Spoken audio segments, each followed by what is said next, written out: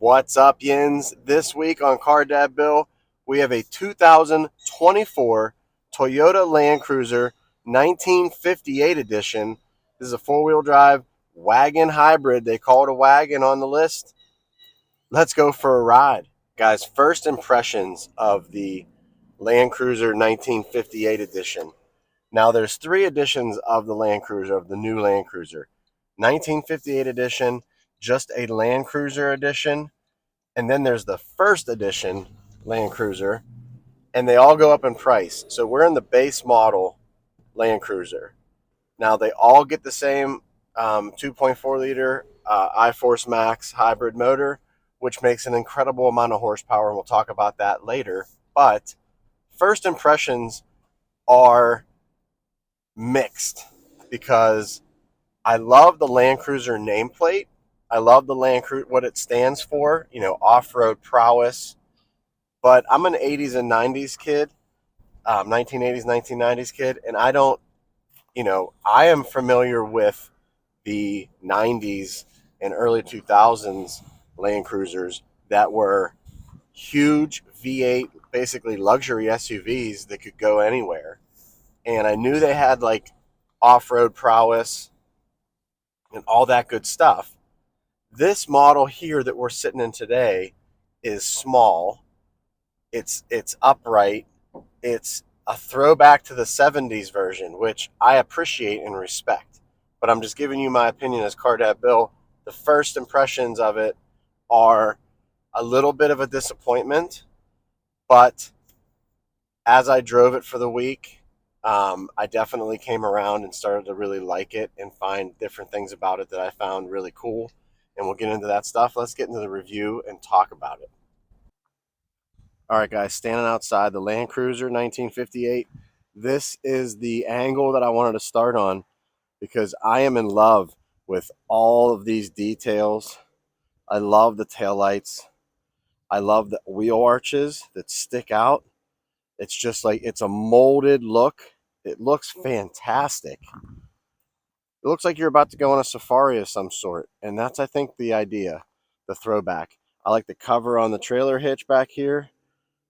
The color is meteor shower, and it's beautiful. I love that trim piece up there that goes right along the windows all the way down. It's just really a really nice looking, elegant actually, and athletic and off-road, all combined into one. I love this line that comes down, it wraps around, and goes all the way to the front headlights. The wheels, look at the ground clearance, look at the clearance inside here. Really, really clean, really rugged off-road. The black door handles. There's that same trim piece, that same accent comes all the way through and pops out the front. The roof rack up top, turn signals in the mirrors. I like the heritage inspired circular headlights. I have to say, I don't like the square ones. When I saw pictures of this vehicle originally, I thought that I was going to like the rectangular ones better, but actually these ones, they look good. They look right for this vehicle. Love the turn signals. They're super bright. Love the front grille. There's a lot to love about it. I like the upright windshield. And just the design, the sculpted hood that has the different layers to it, and then it flows back. It's just really well designed, clean looking. Let's get inside and take a look. All right, guys, inside the Landcruiser, and there's a lot to look at. There's a lot to love. Get you guys a good sneak peek here, a good look at what we got going on here. The seats, sweet cloth seats. I have to say I do like them. I don't need anything super luxurious in this version of it. But up front here, really cool looking Toyota on the steering wheel. No Toyota logo, it just says it. Up front we got the digital displays. We can toggle through all of that stuff right here on the steering wheel. So there's just ways to do all of that. everything's kind of right there. Your cruise control and everything's on this side. You have the buttons over here for your headlights, automatic headlights, your trailer, all that good stuff's down here. Then when you slide over, you have your giant screen with all of your different infotainment selections through there. The buttons are on the left side of that screen right here. Then you have dedicated volume button, and that's it. Now you have your HVAC controls down here. Everything's dedicated down there. Your heated steering wheel, all that stuff's there. Your power button, your towing button. Then here's your mode selects for your different mode selects. Sport mode, normal mode, eco mode. Then your different drive modes here, your off-road stuff down here. So you have electric, four-wheel drive all the time, and then you're able to jump, high 4, low 4, and you're able to lock the middle, the center differential, and you're able to lock the rear differential and turn off your traction control and all that stuff, and you have your crawling mode as well. The gear selector is really clean looking, really easy to use, big, chunky, what you would look for in an off-road vehicle. Charging down here, and this one does not have the Q wireless charging, but it would go there if you would have it. Cup holders, middle console, all that good stuff. But yeah, this one's the basic model, and it's still really nice. I still have to say they did a good job.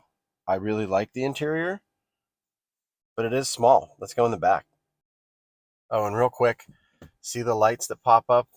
When I hit the brake, that pops up. So I like those little sensors. I like those little accents that tell you when the brakes are on. Hey, Yins, if you haven't already, please subscribe to the channel. It really helps. I appreciate you guys watching. Let's review more cars.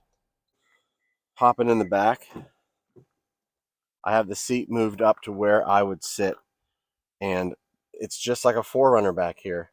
It's kind of tight. You have your different climate controls and your charging capabilities down here. The seats have really good static seat belts, easy for the kids to get buckled into. I can actually climb up in here and I can sit. I have plenty of room for an adult to sit behind another adult. The cloth seats are sweet. And then there's the storage area, and we'll go back there now.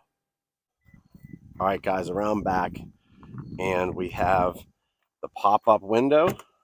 Hit the button, bam, you can get inside. Or you come down here underneath the Toyota logo, and it's manual. So you actually have to lift that up.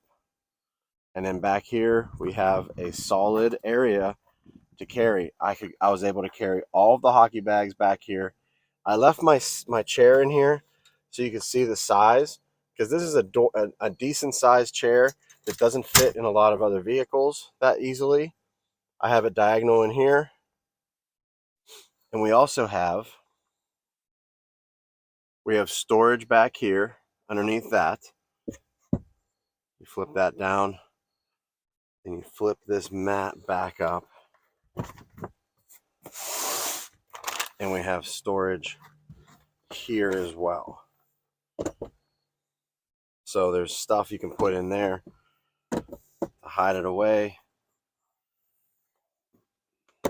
Back here on the sides.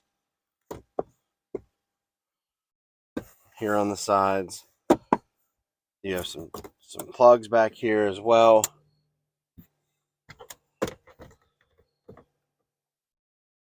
And it's just, this is the storage compartment. And you have charging back here. That seat flips forward, and so does that one. And I guess there's a third row opportunity here, but there's none here now, but we still have cup holders and chargers. And this is just storage around there. There is no way to pick up a seat. Let's go for a ride. All right, guys, inside the Landcruiser, and want to go over the stats and figures real quick before we get on the road. 2024 Toyota Landcruiser 1958 hybrid, meteor shower gray on the outside with these gray cloth seats inside everywhere. This has the heritage inspired circular headlights, the LED headlights. I find those ones more attractive in my opinion. iForce Max 2.4 liter turbo, inline 4 hybrid, 326 horsepower, 465 pound-feet of torque. That's a lot. Really good stuff. We got 6,000 pound towing capability with made it to an 8-speed automatic transmission. Everything there is great. I really like the horsepower rating and the torque rating. Lots of power available for you. They say 23 miles per gallon average. The CDB real MPG is 20.3. That's a considerable amount of highway driving this week and around town driving. So I mean, it's getting decent mileage, but I don't know. That's not great for something this size, in my opinion. Manual liftgate in the back, pop-up window. Roof rack is the option up there, and we also have skid plate options on this. So let's get out there and drive and talk. All right, Jins, getting out on the road, and it's raining like crazy, and we needed it, so that's okay. But the good and bad list on this Landcruiser, it's mixed for sure, because I'm kind of mixed, and I don't know how I really feel. Even after a week of it and driving it a considerable amount of time, I'm kind of still up in the air. I miss the old luxury Landcruiser, the big dog with the V8, and it was just super smooth. It was also very expensive, and so is this. So, like, they made it a little bit better for the entry level as far as price goes, but it's still expensive. But regardless, the good and bad list. Let's start with the bad. The bad starts off with a narrow interior.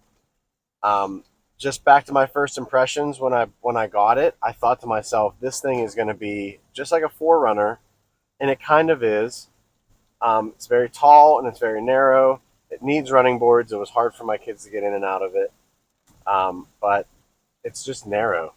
There's no power liftgate. I like the pop-up window back there. You hit a button and the window opens up, but there's no power liftgate. I know that's trivial, but it's part of my bad list. The $60,000 base price. So this one, as it sits, is $59,979. It's a few cents away from being $60,000. That's a base level Landcruiser. So it's not even like we're not even in the middle of the top range, and we're already at 60K. So a top level first edition Landcruiser is going to cost you 70,000 or more, and that's a lot. I don't know. That's a lot. The last thing on my bad list is the mileage. We do have an iForce Max hybrid powertrain here with crazy amounts of torque, but 20 miles per gallon, especially around here, around town. I wasn't driving it, crazy aggressively. It needs to be a little bit better than that. I think it needs to be in the mid 20s, I would think. That's my opinion on that. Let's get to the good list. So on the good list, right off the bat, rugged exterior, great power, smooth operation, and a great suspension.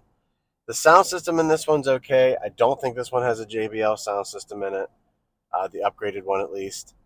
The suspension in this thing is awesome. It's one of those suspensions where you look for the bumps, you look for the big curbs, you look for the big entrances with the big, so you can turn and hit it with the suspension, because it has a great suspension, very solid, very bouncy down the road, but it has control to it. You can feel control, and I like that feeling.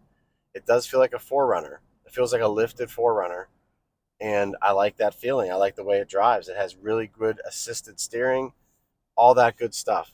But the rugged exterior, the heritage package on the outside really looks nice. The circle headlights, the wheels, the lifted look, the fender flares, all that stuff brings it together, and it looks like a really, really nice SUV, really rugged, off-road ready Landcruiser. I'm a big fan. And then the power, right? So 400 plus pound-feet of torque is so much, and it just goes. You don't have any issue. It is right off the top. It's a little bit loud when you're giving it the throttle, but it's not, unbearable by any means. But it's definitely noticeable. But man, that torque, it's just there. And then when you're driving around in parking lots and you're at lower speeds, the engine cuts off and it's a hybrid and it's quiet, and I like that aspect of it as well. So all those things come together to make a really decent little package for the Landcruiser. Disappointed in its overall size, disappointed in its interior size, but it's not bad overall. Let's get on the highway real quick. All right, heading up to the highway here. And I took this thing on the highway to Erie this weekend to watch Joey play, and it's a great highway vehicle. You would think these off-road vehicles would not be good highway vehicles. This one has, highway tires. It doesn't have the all-terrain or even the aggressive tires. If I would get this, I would put different wheels and tires on it and make them a little bit more aggressive, and that would add to the overall exterior appearance of this. But with the tires that are on it, it's a great highway vehicle. Really good manners, really good power. It holds cruise control really well. It's very, very smooth. And here we go around the S bend on the highway, and it does hold its composure fairly well, I have to say. And there's that off camber bump, and it just doesn't care. The suspension is just so soft and so nice that it just doesn't. It does a great job of keeping everything composed together. I really enjoy that. But on the highway, you have that iForce Max, you have that good turbo, and it just cruises along, has no issues. Really, really well made, really well done. I think people are going to appreciate it. They're going to appreciate the heritage look. They're going to appreciate the throwback to the old one. So I can't talk too badly about it, but I'm just used to the bigger ones. I'm used to like the big, wide, tall, like Sequoia-sized Landcruisers, and those are the ones that I find more attractive. But this is definitely a cool vehicle. That's Car Dad Bill this week. Real cars for real people for real life. I will catch you next time.